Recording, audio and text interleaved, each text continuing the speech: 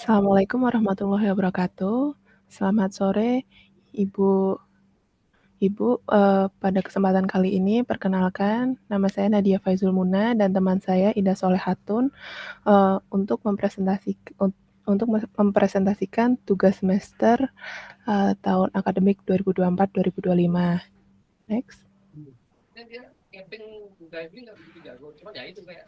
Iya, untuk ringkasan kronologi PT Panarup Industri, yaitu pada tahun 2020, itu terjadi pandemi COVID-19, di mana perusahaan mengalami penurunan pesanan akibat pandemi. Kemudian adanya pemotongan upah PT Panarup, yaitu memotong gaji karyawan sebesar 800.000 sampai 1.300.000 per orang pada bulan Juni sampai dengan Juli, dan Agustus sampai dengan September 2020.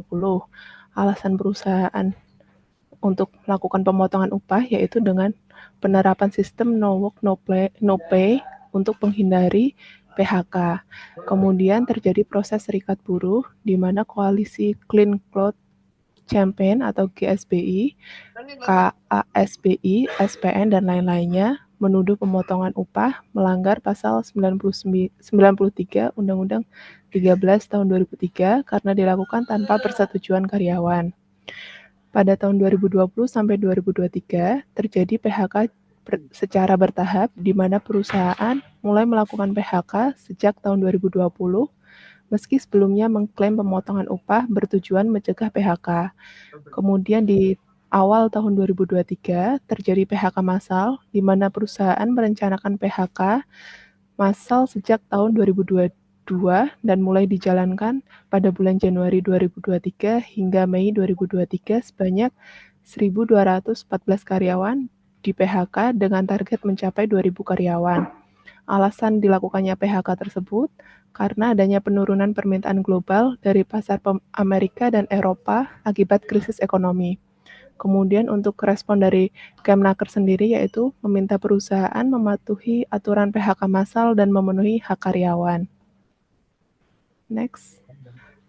Setelah terjadi PHK massal, terjadi proses dan klaim hukum di mana serikat buruh koalisi Clean Cloth Campaign mengecam PHK massal dan pemotongan upah sebagai pelanggaran hak pekerja. Klaim perusahaan di mana Direktur PT Panarup Budiarto Chandra menyatakan PHK dan pemotongan upah sesuai regulasi SE Menaker Trans 907 garing 2004 dan Undang-Undang Ketenagakerjaan. Kemudian pada bulan Mei 2023 terjadi konflik berkepanjangan di mana serikat buruh menilai perusahaan tidak transparan dalam pengambilan keputusan dan mengabaikan dialog sosial. Next. Subjek untuk diskusi kali ini yaitu yang pertama, ada apa saja pengendalian manajemen yang telah diterapkan oleh PT Panarup Industri untuk mengelola risiko penurunan permintaan global dan sejauh mana pengendalian tersebut dapat dilakukan secara efektif. Kemudian, yang kedua, bagaimana peran sistem pelaporan keuangan dan non-keuangan dalam membantu manajemen mengambil keputusan terkait efisiensi operasional termasuk PHK. Yang ketiga, bagaimana PT Panarup Industri memiliki sistem monitoring terhadap dampak keputusan strategis seperti pemangkasan upah dan PHK pada kinerja karyawan dan produktivitas perusahaan. Yang keempat, yaitu sejauh mana PT Panarup Industri melibatkan karyawan dan serikat buruh dalam proses pengambilan keputusan untuk menghindari konflik yang berkepanjangan. Yang kelima, yaitu ada apakah perusahaan memiliki mekanisme feedback untuk mengevaluasi dan memperbaiki proses manajemen risiko, khususnya dalam situasi krisis ekonomi global. Kemudian ada bagaimana struktur anggaran dan kebijakan anggaran perusahaan mendukung atau menghambat perusahaan dalam menghadapi tekanan ekonomi global. Dan yang terakhir, apakah PT Panarup Industri memiliki pengendalian strategis untuk memastikan keberlanjutan bisnis seperti diversifikasi pasar atau inovasi produk selain hanya berfokus pada efisiensi biaya. Next.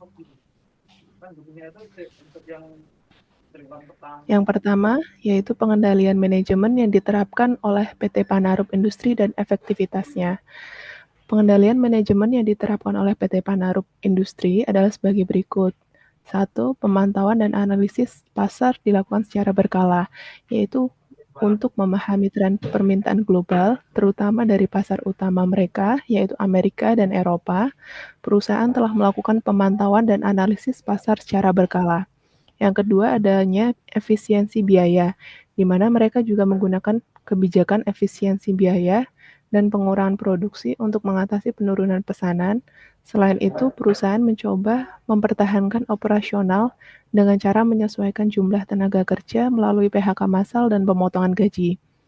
Kemudian untuk efektivitasnya, walaupun langkah tersebut membantu menjaga kelangsungan perusahaan di tengah tekanan ekonomi, efektivitas pengendalian tersebut bersifat jangka pendek.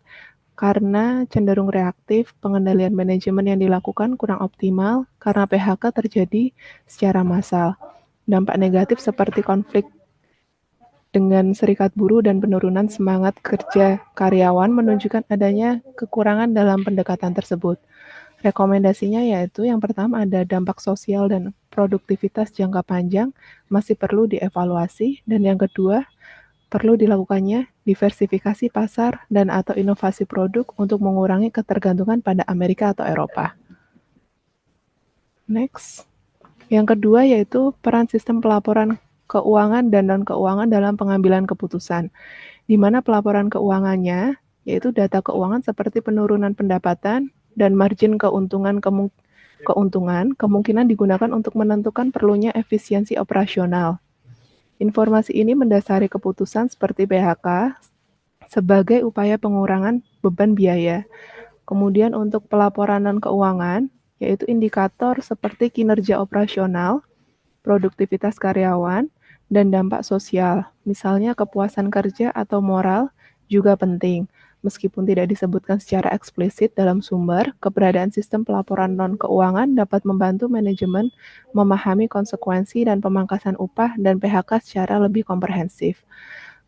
Untuk keterpaduannya, integrasi kedua jenis pelaporan ini seharusnya memungkinkan manajemen untuk mengambil keputusan yang tidak hanya fokus pada efisiensi biaya, tetapi juga mempertimbangkan dampak operasional dan karyawan. Perusahaan juga dapat menggunakan analisis prediktif untuk menilai dampak PHK terhadap operasional. Next. Yang ketiga yaitu adanya sistem monitoring dampak keputusan strategis, di mana monitoring dampak PHK dan pemotongan upah, yaitu tidak ada indikasi dalam sistem monitoring yang memadai. Pemotongan gaji pada tahun 2020 tidak mencegah PHK yang terjadi di tahun 2023, dan konflik dengan serikat buruh mengindikasikan kurangnya evaluasi dampak sosial.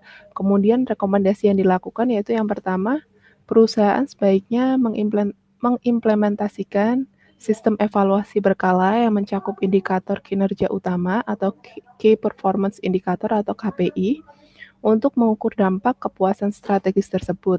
Hal ini dapat mencakup survei kepuasan karyawan, analisis produktivitas pasca restrukturisasi, dan evaluasi efektivitas operasional. Kemudian yang kedua ada bangun dashboard kinerja yang mencakup produktivitas, turnover, dan keluhan karyawan. Dan yang ketiga yaitu melakukan riset berkala tentang kepuasan karyawan pasca kebijakan. Next. Untuk yang keempat, yaitu adanya keterlibatan karyawan dan serikat buruh dalam pengambilan keputusan. Kondisi saat ini, yaitu informasi yang ada, menunjukkan adanya protes dan keberatan dari serikat buruh terkait pemotongan gaji dan PHK massal. Hal ini mengindikasikan bahwa keterlibatan karyawan dan serikat buruh dalam proses pengambilan keputusan mungkin belum optimal. Pentingnya partisipasi yaitu untuk melibatkan perwakilan karyawan dan serikat buruh dalam diskusi strategis dapat membantu mengidentifikasi alternatif solusi dan mengurangi konflik. Kemudian rekomendasi yang dilakukan yaitu yang pertama, PT Panarup Industri perlu mengembangkan forum komunikasi dan mekanisme partisipatif, misalnya melalui musyawarah bersama antar manajemen dan serikat buruh untuk merumuskan strategi krisis bersama. Kemudian yang kedua, yaitu menerapkan co-decision making untuk kebijakan krisis seperti PHK. Kemudian Untuk yang selanjutnya akan dijelaskan rekan saya, Mbak Ida. Dipersilahkan. Terima kasih Kak Nadia telah mempresentasikan. Selanjutnya izin saya Ida Solihatun untuk meneruskan presentasi.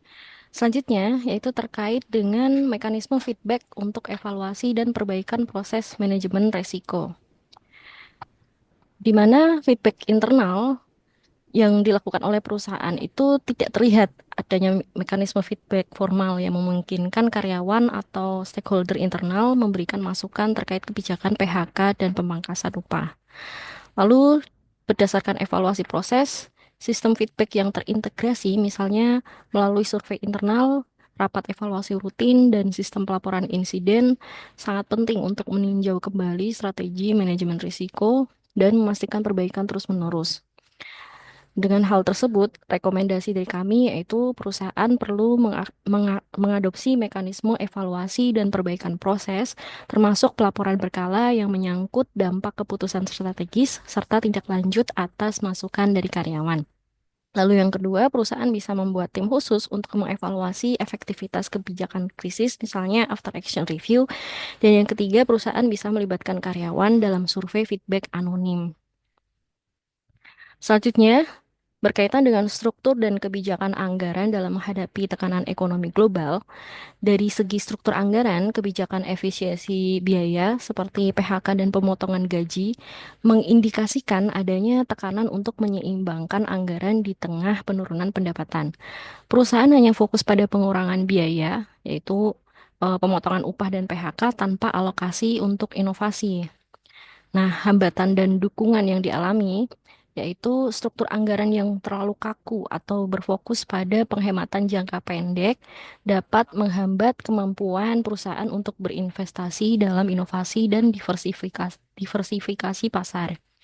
Rigiditas anggaran tersebut menghambat adaptasi jangka panjang. Sebaliknya, anggaran yang fleksibel dan adanya cadangan modal akan lebih mendukung adaptasi terhadap fluktuasi global. Karenanya, rekomendasi dari kami, perusahaan perlu meninjau ulang kebijakan anggaran untuk mengalokasikan sumber daya bagi riset pasar, inovasi produk, dan diversifikasi pendapatan sebagai langkah mitigasi risiko ekonomi global. Kemudian, perusahaan juga bisa mengalokasikan dana darurat untuk krisis dan juga adopsi anggaran fleksibel berbasis skenario.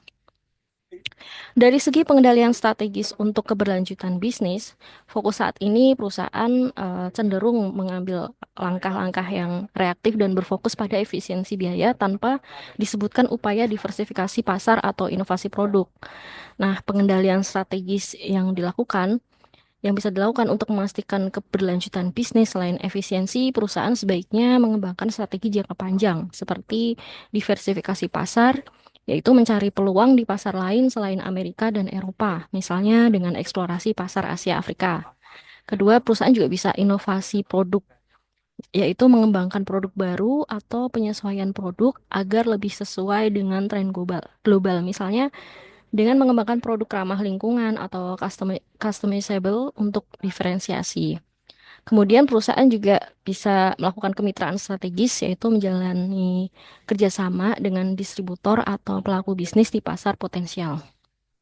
Rekomendasi dari kami yaitu menerapkan sistem perencanaan strategis yang berfokus pada diversifikasi dan inovasi sebagai bagian dari pengendalian manajemen yang lebih komprehensif. Selanjutnya, dari segi kepatuhan terhadap peraturan perundang-undangan ketenagakerjaan dan mekanisme pengendalian hukum, kita lihat bahwa PT Panarup Industri menyatakan bahwa langkah pemotongan upah dan PHK dilakukan sesuai dengan aturan yang berlaku, termasuk mengacu pada SE Menaker Trans nomor SE 907 dan UU Ketenagakerjaan. Tetapi ternyata pemotongan gaji dianggap melanggar pasal 93 Undang-Undang 13 tahun 2003 oleh Serikat. Nah, mekanisme pengendalian hukum yang seharusnya bisa dilakukan yaitu pemeriksaan dari pihak Kementerian Ketenagakerjaan atau Kemenaker yang merupakan bentuk mekanisme pengendalian eksternal untuk memastikan perusahaan mematuhi peraturan. Maka dari itu, rekomendasi dari kami, perusahaan harus memastikan adanya audit internal dan eksternal yang berkala untuk memonitor kepatuhan hukum serta mengadakan konsultasi dengan ahli hukum tenaga kerja guna mengantisipasi potensi sengketa di masa depan. Kemudian dari segi sistem kompensasi dan insentif untuk mitigasi dampak negatif, kondisi saat ini yaitu kebijakan pemotongan gaji dan PHK menunjukkan bahwa mekanisme kompensasi yang ada tidak cukup untuk mengimbangi dampak negatif, terutama bila tidak disertai insentif alternatif atau bentuk dukungan lain. Padahal peran sistem kompensasi ini seharusnya dirancang tidak hanya sebagai imbalan, tetapi juga sebagai alat untuk mempertahankan motivasi dan kinerja karyawan dalam situasi sulit. Karenanya rekomendasi dari kami yaitu perusahaan seharusnya perlu merancang ulang sistem kompensasi, misalnya dengan menambahkan bonus kinerja atau insentif non moneter yang terdiri dari pelatihan, program kesejahteraan, yang dimana dapat memitigasi dampak negatif dari pemotongan gaji atau PHK. Kemudian dari segi peran budaya organisasi dan etika dalam pengambilan keputusan strategis, kita lihat dari budaya dan etika bahwa pengambilan keputusan strategis yang melibatkan PHK massal dan pemotongan gaji harus didasari oleh budaya organisasi yang transparan, adil dan etis. Kemudian keterlibatan nilai-nilai etikanya bahwa sebuah budaya organisasi yang kuat seharusnya mendorong keterbukaan, komunikasi dua arah, dan keterlibatan karyawan dalam proses perubahan. Nah, namun dalam kondisi saat ini di PT tersebut, adanya protes dan perlawanan dari serikat buruh mengindikasikan bahwa nilai-nilai etika dan budaya organisasi dalam pengambilan keputusan strategis belum sepenuhnya terintegrasi atau disosialisasikan kepada seluruh stakeholder. Karenanya rekomendasi dari kami yaitu perusahaan seharusnya bisa membangun budaya organisasi yang lebih inklusif dengan melibatkan karyawan dalam proses diskusi strategis, kemudian menetapkan standar etika internal yang jelas sebagai bagian dari kebijakan manajemen risiko dan pengendalian manajemen, dan yang terakhir menerapkan pelatihan etika dan komunikasi internal agar setiap keputusan strategis dipahami dan diterima oleh semua pihak. Kemudian akhirnya kesimpulan dari kami bahwa secara keseluruhan PT Panarup Industri telah menerapkan beberapa mekanisme pengendalian manajemen, terutama dalam konteks efisiensi biaya melalui PHK dan pemotongan gaji. Namun untuk menghadapi tantangan serupa di masa depan, perusahaan perlu meningkatkan beberapa hal. Yang pertama, sistem monitoring dan evaluasi dampak, yaitu mengembangkan indikator kinerja yang komprehensif untuk menilai dampak kebijakan strategis. Kedua, keterlibatan stakeholder, yaitu melibatkan karyawan dan serikat buruh dalam proses pengambilan keputusan untuk menciptakan solusi bersama. Yang ketiga, yaitu strategi diversifikasi dan inovasi, yaitu mengintegrasikan perencanaan strategis jangka panjang yang mencangkup diversifikasi pasar dan inovasi produk. Yang keempat adalah sistem kompensasi yang responsif, yaitu mendesain ulang sistem kompensasi untuk menjaga motivasi dan kinerja karyawan meskipun ada penyesuaian biaya. Yang kelima yaitu integrasi budaya organisasi dan etika, di mana perusahaan dapat menanamkan nilai-nilai etika dan komunikasi terbuka sebagai dasar dalam setiap keputusan strategis. Dan yang terakhir, terkait dengan kepatuhan dan mekanisme umpan balik, yaitu perusahaan bisa memperkuat mekanisme pengendalian hukum dan umpan balik untuk evaluasi berkelanjutan dari proses manajemen risiko. Langkah-langkah tersebut bila diterapkan secara menyeluruh dapat membantu PT Panarup Industri tidak hanya untuk bertahan dalam kondisi ekonomi global yang sulit, tetapi juga untuk bertransformasi menjadi perusahaan yang lebih adaptif dan resilient di masa depan. Nah, demikianlah presentasi dari kami. Kami dari eh, Kak Nadia dan saya, Ida Solehatun, berterima kasih dan mohon maaf yang sebesar-besarnya apabila ada kesalahan. Terima kasih. Wassalamualaikum warahmatullahi wabarakatuh. Waalaikumsalam warahmatullahi wabarakatuh.